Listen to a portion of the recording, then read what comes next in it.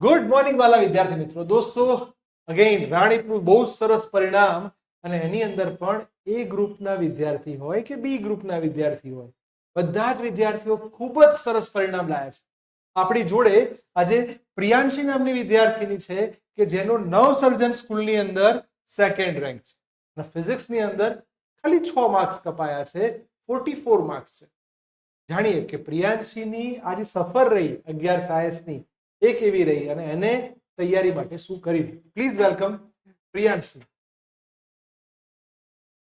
બોલો બેટા પ્રિયાંશી, કે કેવી સફર રહી આપણી 11 સાયન્સની, શું કર્યું, કઈ તૈયારી કરી અને શું ધ્યાન રાખવું જોઈએ? 11 સાયન્સનો જ્યારે પહેલો દિવસ હતો ત્યારે લોકો એવું કહેતા હતા કે ફિઝિક્સ બહુ અઘરો વિષય છે, પણ મનન સરે જે રીતે અમને ભણાયું એ પ્રમાણે તો ફિઝિક્સ વિષય બહુ જ સિમ્પલ લાગે છે, કારણ કે સ્ટુડન્ટને એ ગ્રુપવાળા હોય કે બી ગ્રુપવાળા હોય, બંનેને અલગ અલગ કોન્સેપ્ટ વાઇઝ એ જે રીતે સમજે તે રિયલ લાઈફના કોન્સેપ્ટ વિશે સમજાય એ પ્રશ્નો સાથે જોડી દેતા, જેથી આપણને એ જે પ્રશ્ન હોય એ ઇઝી લાગે. એટલે કોઈ પણ વસ્તુને તમે જ્યારે ભણો છો, જેમ કે બી ગ્રુપની વિદ્યાર્થીની અમારી સરસ મજાની છે, તો જે આપણે ભણી ગયા સાતત્ય સમીકરણ, બર્નૂલીનું સમીકરણ, બળના નિયમો, તો એ જ્યારે બાયોલોજીમાં તમે આગળ જાઓ ત્યારે દર્દીને કઈ રીતે કામ આવે, એ પેશન્ટને કઈ રીતે કામ આવે, ઇન્જેક્શન છે તો 100 ની ત્રિજ્યા કેટલી હોય, આ બધી વસ્તુ અમે ફિઝિક્સમાં ભણતા ભણતા શીખતા ગયા.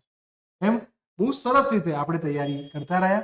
અને તમારી દ્રષ્ટિએ છેલ્લા ટાઈમે મનન સર બહુ બધી એક્ઝામો લે, તો એનાથી ફાયદો થાય ના થાય, શું થાય? સરે લાસ્ટ ટાઈમે બહુ જ એક્ઝામો લીધી છે.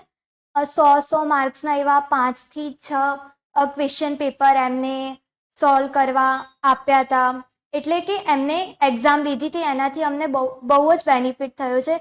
અને સૌથી વધારે અમને એસક્યુ અને એમસીક્યુ જ્યારે લેક્ચર પછી એ કરાવતા હતા, તેથી અમને બહુ બેનિફિટ થયો છે. ઓકે, તો wish you all the best. આગળ ફ્યુચર બહુ સરસ રહે, અને આવતી વખતે વાઢે પ્રિયાંશીની આગળ ડોક્ટર લાગે એવી આપણે બધા સૌની આશા છે. અગેન ઓલ ધ બેસ્ટ બેટા. ખૂબ થેન્ક યુ આગળ સર. વધો અને ખૂબ પ્રગતિ કરો. ઓકે.